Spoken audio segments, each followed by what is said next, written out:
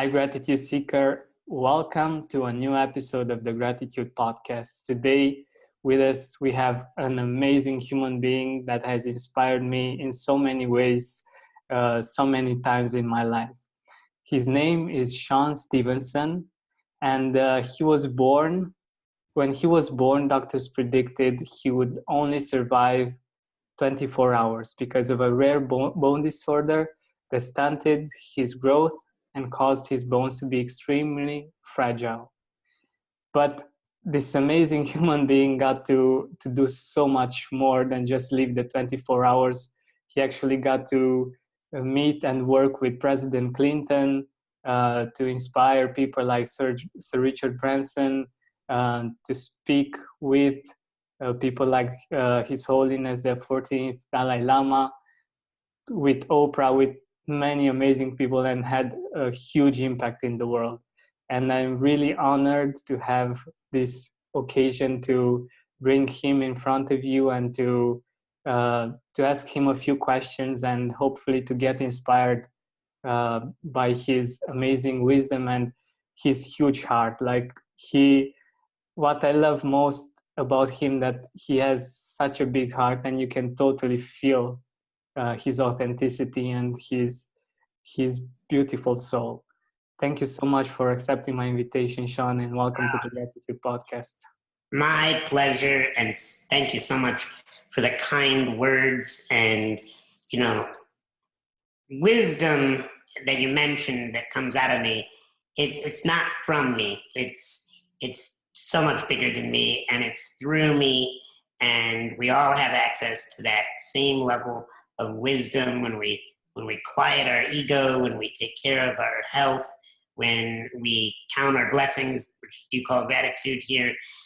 And today, let's hope that I did the work before I got on here to get out of my own way to hopefully channel some of that stuff that you're looking for. That's perfect. Thank you so much for doing this. So the first thing that I would like to ask you is, what does gratitude mean for you? For me, gratitude is a way of bettering yourself. And when you come from a place of gratitude, your focus is different than when you are in a place of envy or complaining. And when you come from gratitude, it doesn't matter what's happening to you, what's been taken from you, what's been given to you, what you're experiencing. When you're in a space of gratitude, you know that life is happening for you and not to you. There's this quote that I heard once that really fundamentally changed me, and I reference it almost on a daily basis inside my heart, and that is, whatever happens to you was the best thing to happen to you. And that is gratitude turned all the way up to a 10 out of 10. And when you come from that place, even when things hurt and they're uncomfortable or confusing or feel unfair, when you come from a place of gratitude, it wipes that from your space. Gratitude is the ultimate equalizer. And when you are in a space of gratitude, you know there is no unfairness, that everything is unfolding as it should. But the challenge that we have as a society is we look at gratitude as something that we should do after the fact. Like thank somebody for a card, with a card for a gift they gave us. Spend a day eating turkey and talking about what you're grateful for. We look at it as an after effect or as a afterthought. Whereas I think that gratitude should be the preamble, the forward. It should precede everything you're doing and everything you're producing and everything you are pursuing. This is beautiful. I totally agree with you. And I also think, and this is one of the reasons why I'm doing this podcast, to turn gratitude into a habit, into a way of living. Because in my own experience, when even when things went great on the exterior, if I wasn't able to feel grateful, to enjoy them, they didn't matter that much. And the fact that I'm able to tune into gratitude all the time, and I can choose my happiness somehow, that's an amazing power, and it's something very beautiful that we all have all the time with us, right? Yeah, you can't be in a space of disappointment and gratitude at the same time.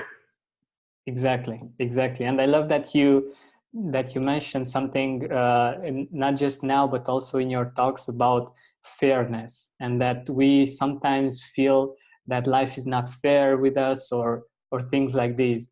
And I think it's really beautiful how you put it, because many times when we're not grateful because we think it's not fair, that we compare with other people. Can you tell us a little bit about this? Yeah, so compare leads to despair. There's two ways to compare yourself. You can compare like you're better than somebody, which creates a superiority complex, which really bloats the ego. Or you can compare like you're not as good as somebody, and then you develop an inferiority complex, which then shrinks your heart and makes you feel less worthy of success and happiness and prosperity. You are not better, you are not worse than any human being. I have intentionally put myself in scenarios where people had way more money than me, and I saw what came up within me, and made peace with the fact that there will always be people that have more than me.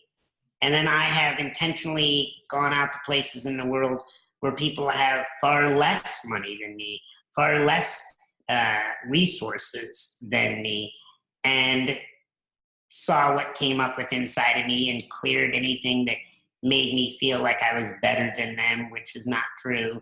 And it's a difficult thing as a human being, because I believe the ego is always trying to figure out the pecking order. It's always trying to figure out, who am I better than, who's better than me, and that is a game that you lose when you play, and that's the game of comparison. I think if you're going to compare yourself to anything, if you want to do that, compare how far you've come. Compare yourself to where you've been and what you've done, and use it as an inspiration to encourage yourself. If you're going to compete with yourself, that might be the only competitor that I recommend, because even underneath that, don't compete with your heart. Compete with your doubt. So every morning when you get up, figure out what your doubts are, and then go compete with those doubts. Go prove those doubts wrong, because you're going to have a life that you look back on, and you're going to be proud of the fact that you didn't benchmark yourself according to other people's success. You benchmark yourself according to your full and true potential. This is awesome. I love it. I love it. And it's a never-ending cycle. When you compare yourself with others, you can never, ever have enough. Like, you can never, even if you have a plane, someone has a rocket. If you have a rocket, someone has two rockets, or I don't know, I'm exaggerating, but I think it's something that we can't win, actually. And I wonder, yeah. I was reading in a magazine recently that the creator and founder of Amazon, Jeff Bezos, surpassed Bill Gates in his personal wealth. Wow. And I wonder if Bill Gates secretly wonders, how did he do that? I was supposed to be the richest man in the world forever. And or if he was kind of excited because he finally had a competitor that was able to surpass him. These are little silly things that the mind wonders. Exactly. And for instance, he right now he could feel depressed because there is someone else that has just one other human, right? Exactly. And it's the same in our life. These exaggerations help us see the wider picture. but it's the same in our life with the little things that we compare. But I'm really curious what you do when it's hard to be grateful, when life isn't that great, when gratitude isn't the first thing that comes to mind. Yeah. So gratitude is usually the last thing to come to mind when you're in pain. And mental, physical, spiritual, financial, emotional, whatever it may be. When we're in pain, it takes a lot of strength to muster up the focus to gratitude. I will give you that. So I have a 3-part formula that might answer this question and all the others. I don't know. But the 3-part formula, I call it my unstoppable formula. And this is what I do when it's hard for me to be grateful. The first part is impeccable self-care. That when you take great care of your mind, your body, your spirit, you do things like journaling and exercising and making sure you're eating and taking care of your physical well-being. When you do impeccable self-care, that really keeps your insecurities to a minimum. When you connect and align with your purpose, you protect yourself. When you are connected to your purpose, you have propulsion to move you forward on the days that you want to quit. And the last thing is make sure that you put yourself in empowering environments. Because when you're in the environment, you become the environment. And the people you surround yourself with are the people you become like. And so this is why I'm constantly cultivating and curating and pruning the garden that is my external environment. The people I hang out with, the places I visit, the things I expose myself to even. And whenever I'm having a tough time being grateful or feeling that gratitude that you're speaking of, it may be because I let somebody slip into my environment that is very ungrateful. It may be because I've lost sight of my purpose. And it may be because I'm just not taking good care of myself. It's going to be one of those 3 things that I can trace back to why I'm not in a space of gratitude. This is amazing. This is very useful, and I love the fact that it's 1, 2, 3. You can choose. I know you have also like 16 things that you also do, that you also choose from, and it's one of the things that our listeners can get out of this podcast: the fact that they listen to different possibilities of what they could do when things get harder and when it's harder to get back into the grateful state. But I'm also curious if you want to share with us the moment when you experience gratitude for the first time, like when you discovered gratitude, not just the word gratitude that you might have heard about before, but actually feeling it, actually experiencing it for yourself.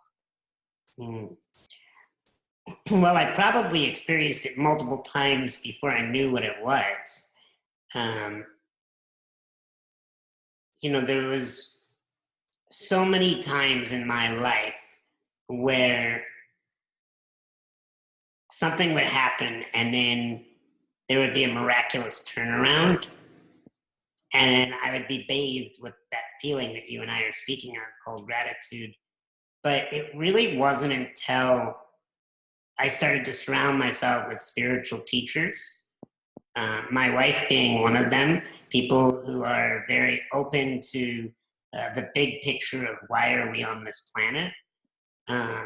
And she, as well as other people that I really look up to and enjoy the company of, have taught me the concept of how you have to be strategic in your thinking and you have to put your focus on your gratitudes, because the mind, when left to its own devices, will just seek gratification. It will just seek the validation of things like how many people follow you on Facebook and how much money is in your bank account and all those other gratifiers. But by having amazing people around me to remind me of these incredible concepts. One of the things that Mindy has taught me is you need to trust the process, which is the ultimate form of gratitude. It's Exactly. like, know that you are exactly where you should be in this moment in your life. Definitely. And I love that you mentioned this, because many of us think that we will become grateful when we will get to a certain point, when we will get to a certain type of success. Nope, not at all. In fact, if we look at gratitude and we look at another aspect of maybe gratitude in motion, which is kind of like contribution, you're not going to give when you have millions of dollars if you didn't give when you had hundreds of dollars. You're not going to feel gratitude at millions of dollars if you didn't feel gratitude at hundreds of dollars, unless some divine intervention strikes you and you go through massive pain, and then you hear the voice within and you turn the ship around. But most people don't have the consciousness, or don't accept the consciousness, to see that everything is unfolding as it should. I love it. I love it. And hopefully another solution is to listen to the gratitude podcast and to learn this feeling and to get inspired, right? Exactly. Yeah, and it's a repetition game, and that's why I do hope that if they want more gratitude, they continue to listen to your podcast, because you don't just take one shower in your life. You bathe every day or every other day. You wash off the filth. You have to get the germs off of yourself so that you can start fresh each day. And it's no different that when you make a list of gratitude. So something that I've been doing recently, I have to coin it, but we'll just call it for right now, thought cleansing. And it's before I go to bed, and when I get up in the morning, I would just have a simple notepad next to me, and I write down thoughts and mindsets and realities that I want to embody. Things like, today it will be easy to focus on things that make me happy. Today I will notice all of the ways that the universe is blessing me with incredible gifts or opportunities to learn. Just stating clearly to the mind, these are the coordinates I want you to be heading me toward. And I think the issue with the masses that are not happy, that are seeking external gratifiers, it's because they're not taking the reins. Your mind is strong. It is a very powerful horse. And if you don't grab the reins and tell it which direction to go in, it will go wild and probably jump off of a cliff if you don't direct it in the direction. But the mind's also a beautiful thing. If you do direct it, it's an incredible little soldier that will go in whatever direction it's given orders. You just have to have the consistency and the belief in yourself that with time, you will produce those positive mental rituals, and it will get easier and easier to feel good. This is wonderful, and it has been my experience as well. Like when I choose to focus on gratitude, I feel that life is amazing, and when I have the gratitude muscle strong, it's much easier to see. Even when things get rough, it's much easier to see the beautiful part as well, because my mind is focused in that direction, and it's, like you said, it's really strong like that. And this is also why we have to make sure that we're very clear in filtering the material that is coming into us. This is why I don't watch the news. And I am the biggest believer that if we stopped watching the news would change. If we stopped watching the news would go, oh, negativity no longer sells.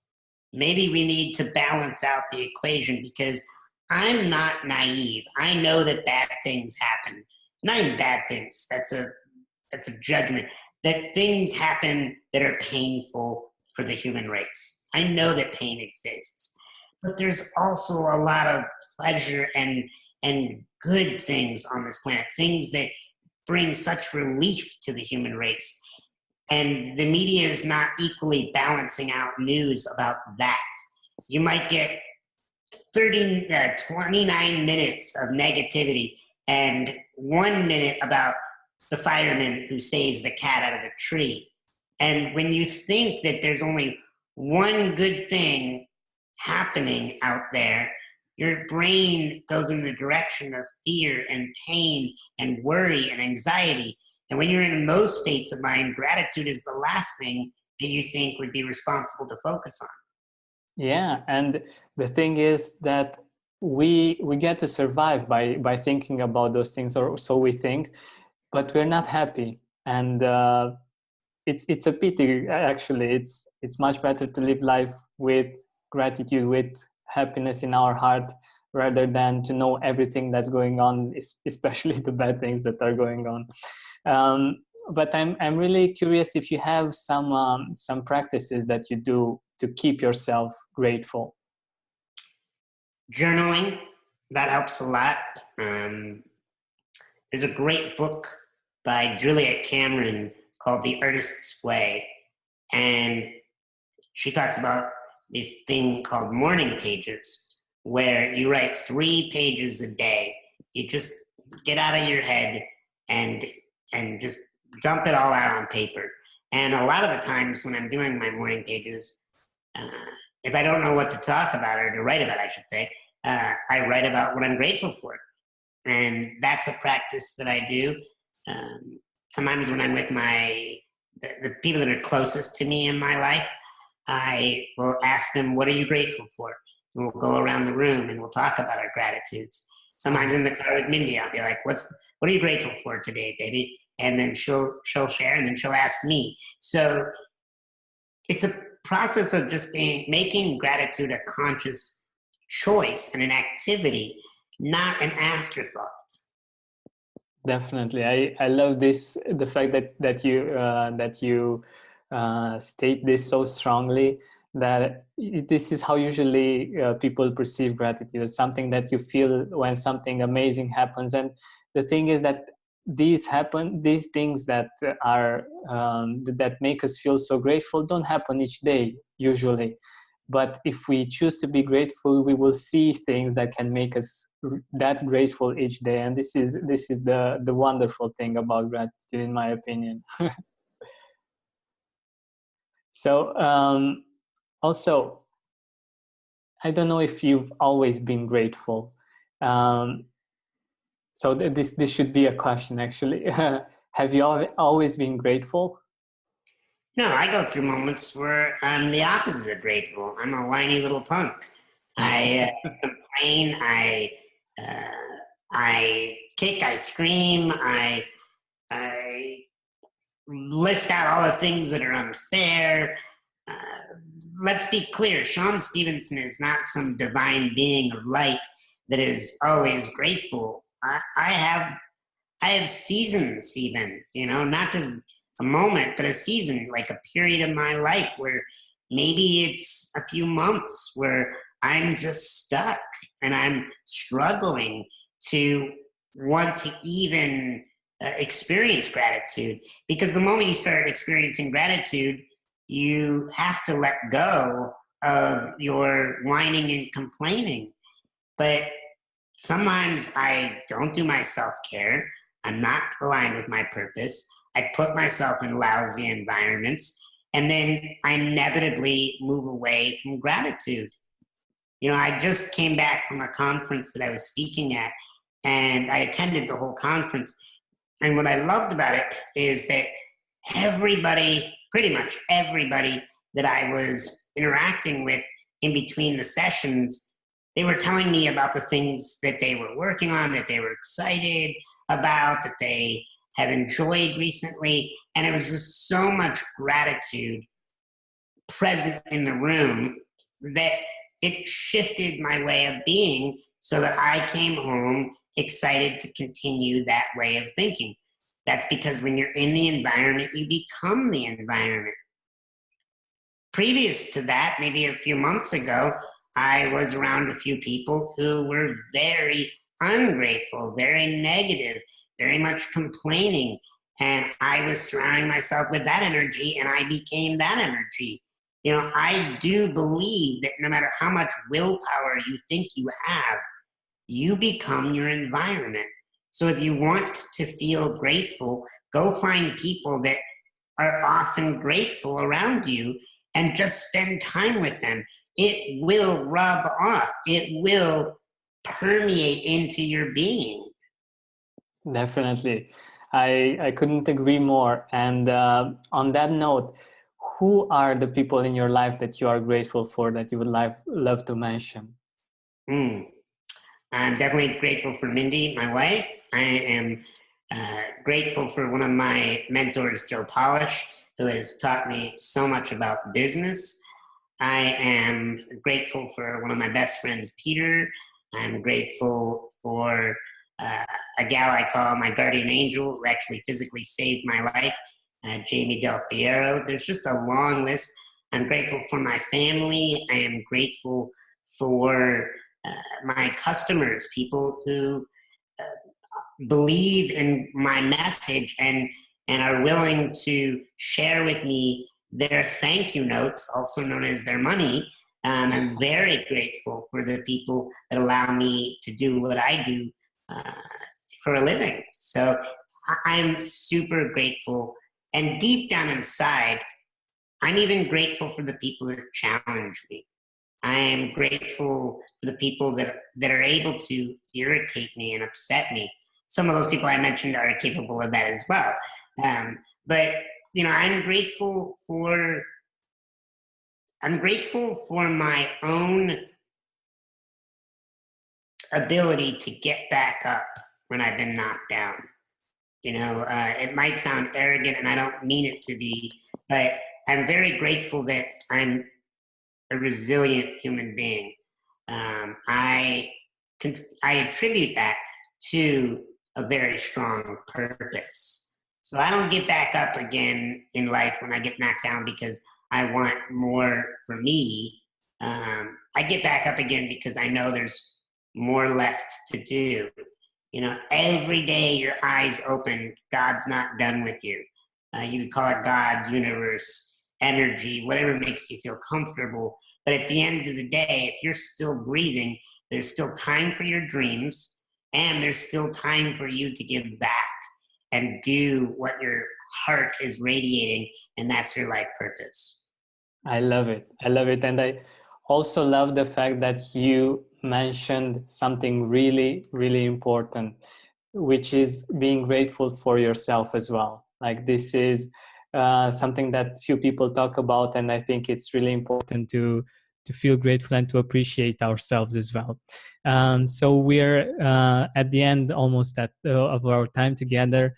And I would love to ask you where our audience can find you. I know that you have a new podcast that I've listened to and that I really love, and I think it's really it's really personal. I love the fact that you open up so much and that you share so much of your own struggle and your own.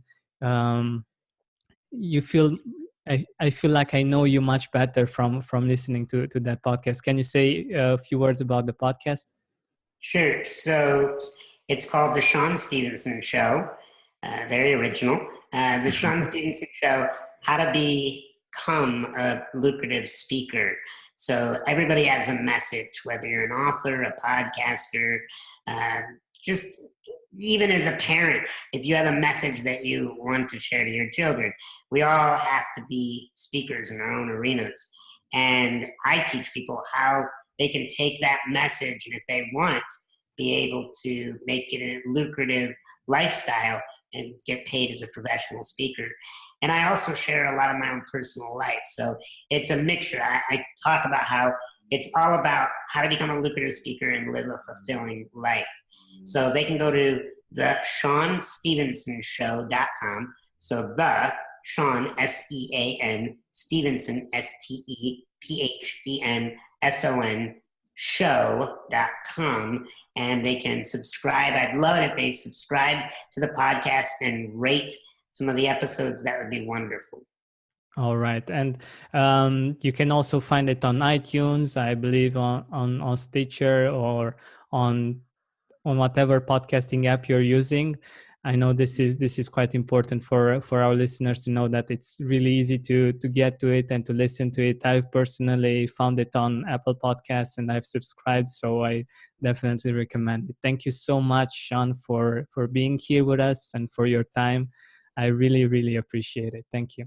Thank you for having me on the show, and I am grateful you are doing this because you are making an impact on this planet, and I can only be in one place at one time, so I need lots of other people out there that are as amazing and as powerful as you doing what they love to do. So thank you for your mission.